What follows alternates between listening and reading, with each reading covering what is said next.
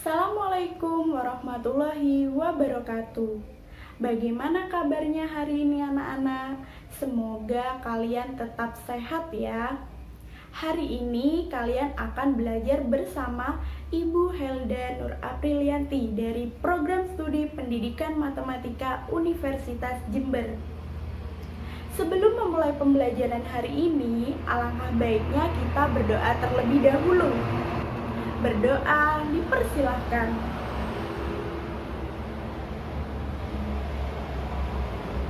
Amin. Berdoa selesai. Hari ini kita akan belajar mengenai materi himpunan. Jangan lupa kalian simak video berikut dan catat hal-hal penting yang Ibu sampaikan dalam video ini.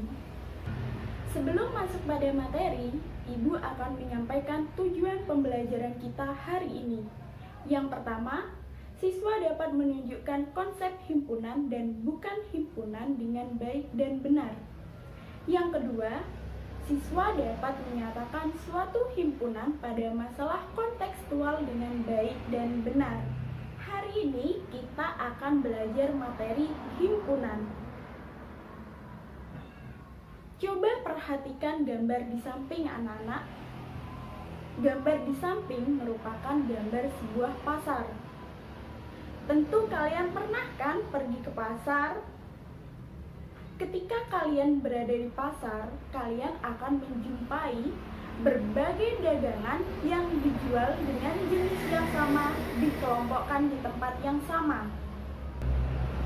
Misalnya, kelompok pedagang sayur, kelompok pedagang daging, kelompok pedagang ikan, kelompok pedagang bumbu dapur, dan sebagainya. Jika kalian ingin membeli buncis, bayam, kacang panjang, tentu kalian akan pergi ke kelompok pedagang sayur. Ketika kalian ingin membeli ikan lele, ikan tongkol, gurame, maka pergilah kalian ke kelompok pedagang ikan. Ketika kalian ingin membeli bumbu dapur seperti bawang merah, bawang putih, maka pergilah kalian ke pedagang bumbu. Jika kalian cermati, kelompok-kelompok pedagang tersebut merupakan contoh himpunan dalam kehidupan sehari-hari. Dalam kehidupan sehari-hari, kita sering mendengar atau menggunakan istilah kelompok, gugus, golongan, kelas, atau kumpulan untuk mengungkapkan kumpulan suatu objek tertentu. Misalnya, kalian pernah kan mendengar suku Batak, suku Dayak, suku Rote, suku Betawi, dan suku lainnya yang ada di Indonesia. Nah, suku-suku tersebut bisa kita kategorikan dalam suatu kumpulan suku-suku yang ada di Indonesia. Jadi, istilah kelompok, golongan, kelas, gugus, atau kumpulan itu dalam matematika disebut dengan himpunan. Namun, tidak semua kumpulan itu termasuk himpunan. Menurut seorang matematikawan asal Jerman yaitu Georg Cantor mengungkapkan bahwa himpunan adalah kumpulan benda-benda yang didefinisikan atau diberi batasan dengan jelas. Benda-benda yang termasuk dalam suatu himpunan disebut dengan anggota atau elemen atau unsur dalam suatu himpunan. Di sini, Ibu akan memberikan contoh himpunan dan contoh bukan himpunan. Yang pertama adalah contoh himpunan, yaitu kumpulan buah-buahan. Maka, jelas anggota dari buah-buahan yaitu seperti anggur, mangga, jeruk, apel, dan lain-lain. Nah, jika kita menyebutkan bayam, kacang panjang, wortel, itu bukan anggota dari kumpulan buah-buahan. Selanjutnya, contoh bukan himpunan, yaitu siswa yang berbadan tinggi. Kira-kira kalian tahu nggak kenapa kumpulan siswa yang berbadan tinggi termasuk dalam bukan himpunan?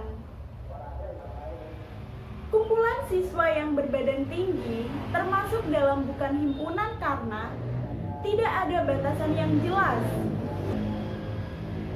Dalam kumpulan tersebut tidak didefinisikan berapa tinggi badan siswa yang dikategorikan dalam kumpulan siswa berbadan tinggi. Jadi jelas, kumpulan siswa yang berbadan tinggi tidak termasuk dalam suatu himpunan. Nah, sekarang Ibu beri kalian latihan, coba kalian tentukan mana suatu kumpulan yang termasuk himpunan dan bukan himpunan. Selanjutnya, kita akan membahas anggota himpunan dan lambangnya. Himpunan dapat dinyatakan dengan tanda kurung kurawal dan biasanya diberi nama menggunakan huruf kapital, misalnya A, B, C, D, dan seterusnya sampai Z.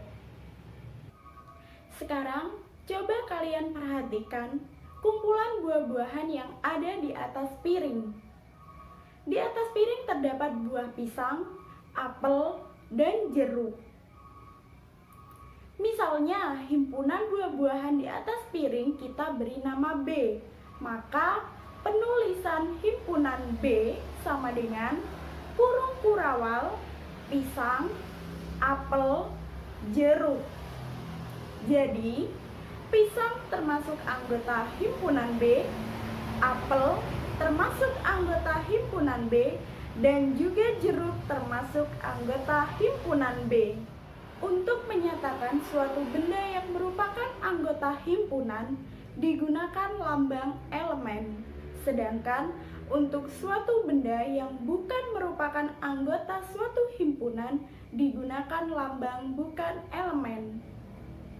Selanjutnya, banyaknya anggota suatu himpunan. Misalnya, anggota himpunan B dapat dinotasikan dengan N, buka kurung, B, tutup kurung.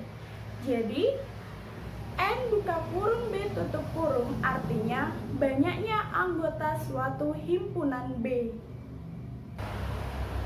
Contoh, P sama dengan himpunan huruf pembentuk kata mata. Dalam menuliskan banyaknya anggota suatu himpunan, ketika ada anggota yang sama, maka untuk menyederhanakan sebaiknya anggota yang sama hanya ditulis satu kali. Sehingga himpunan P memiliki anggota M, A, T dengan M elemen P, A elemen P, dan T elemen P. Maka banyaknya anggota himpunan P sama dengan 3, yaitu M, A, dan T. Selanjutnya, mari kita mengenal beberapa himpunan bilangan. Yang pertama, himpunan bilangan bulat. Biasanya diberi nama dengan B. Bilangan bulat memiliki anggota bilangan bulat negatif, 0, dan bilangan bulat positif. Yang kedua yaitu himpunan bilangan asli. Biasanya diberi nama dengan A. Anggota himpunan bilangan asli dimulai dari angka 1, 2, 3, 4, 5, dan seterusnya. Yang ketiga merupakan himpunan bilangan cacah, biasanya diberi nama dengan C. Anggota himpunan bilangan cacah dimulai dari angka 0, 1, 2, 3, 4, dan seterusnya.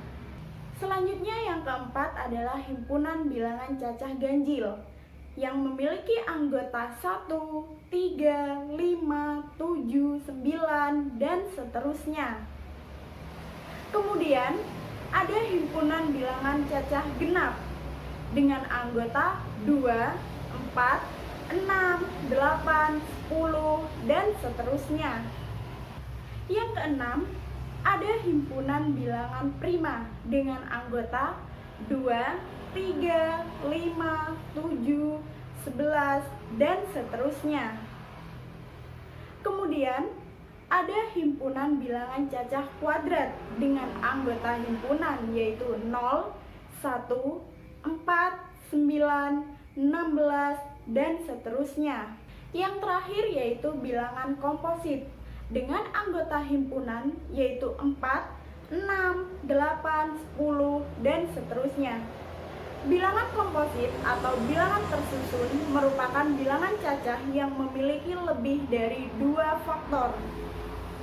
Sekarang, coba kalian mengerjakan latihan berikut ini.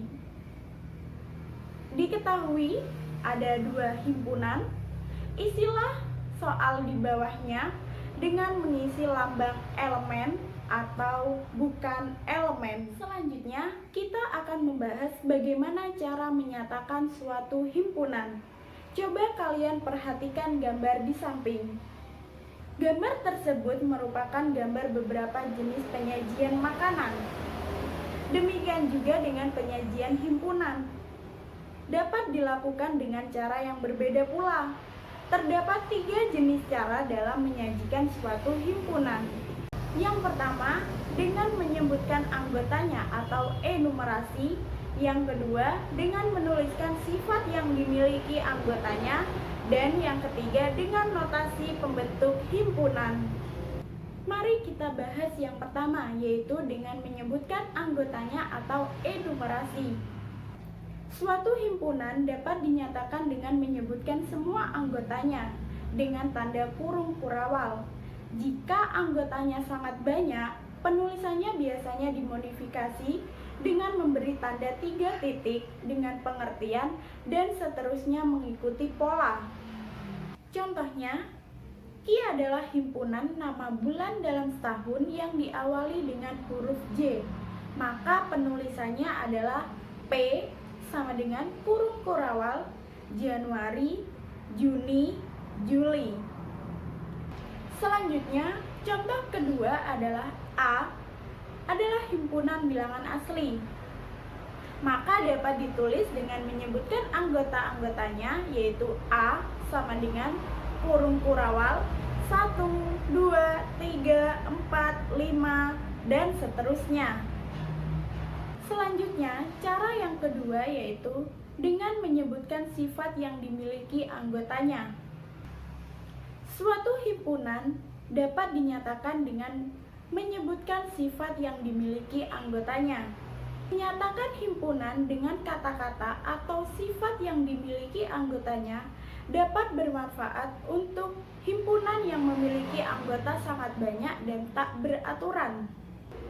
Contoh yang pertama yaitu himpunan A dengan anggota 2, 4, 6, 8. Maka penulisan dengan menyebutkan sifat yang dimiliki anggotanya yaitu himpunan A adalah himpunan bilangan genap antara 1 dan 10. Contoh yang kedua yaitu himpunan C dengan anggota 0, 1, 2, 3, 4, 5. Maka penulisan dengan menyebutkan sifat yang dimiliki anggotanya, himpunan C adalah himpunan bilangan cacah. Contoh yang ketiga yaitu dengan notasi pembentuk himpunan. Suatu himpunan dapat dinyatakan dengan menuliskan syarat keanggotaannya. Notasi yang biasanya digunakan untuk menyatakan suatu himpunan yaitu dengan bentuk umum kurung kurawal X, di mana PX, di mana X itu mewakili anggota dari himpunan, dan PX merupakan syarat yang harus dipenuhi oleh X agar dapat menjadi anggota himpunan tersebut. Variabel X dapat digantikan dengan variabel lain seperti Y, Z, dan lain-lain. Contohnya yaitu yang pertama, misalnya himpunan A dengan anggota 1, 2, 3, 4, 5 dapat dinyatakan dalam bentuk notasi himpunan menjadi A sama dengan kurung kurawal X, di mana X kurang dari 6, X elemen bilangan asli. Jadi, anggota himpunan A itu merupakan angka yang kurang dari 6 dan angka-angka tersebut anggota dari bilangan asli.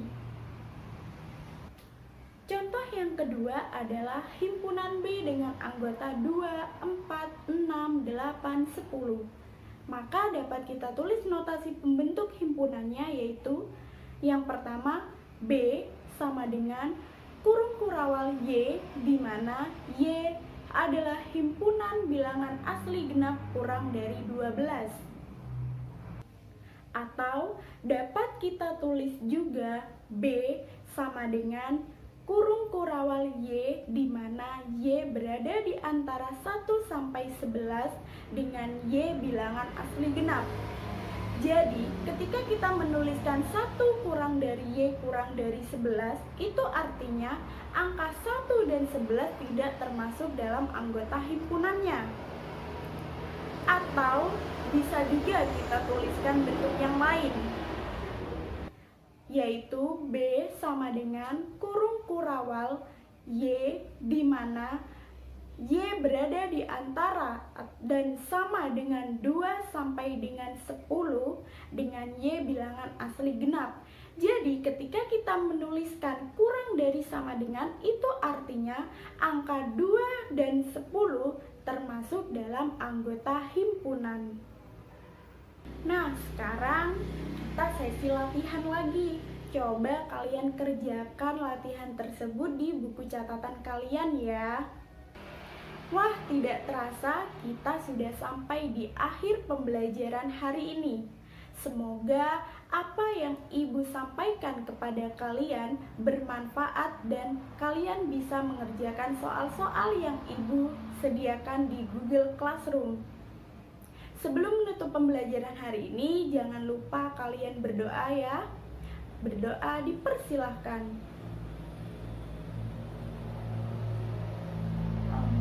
Berdoa selesai. Tetap semangat dan jangan lupa kalian kerjakan soal yang sudah Ibu berikan ya. Wassalamualaikum warahmatullahi wabarakatuh.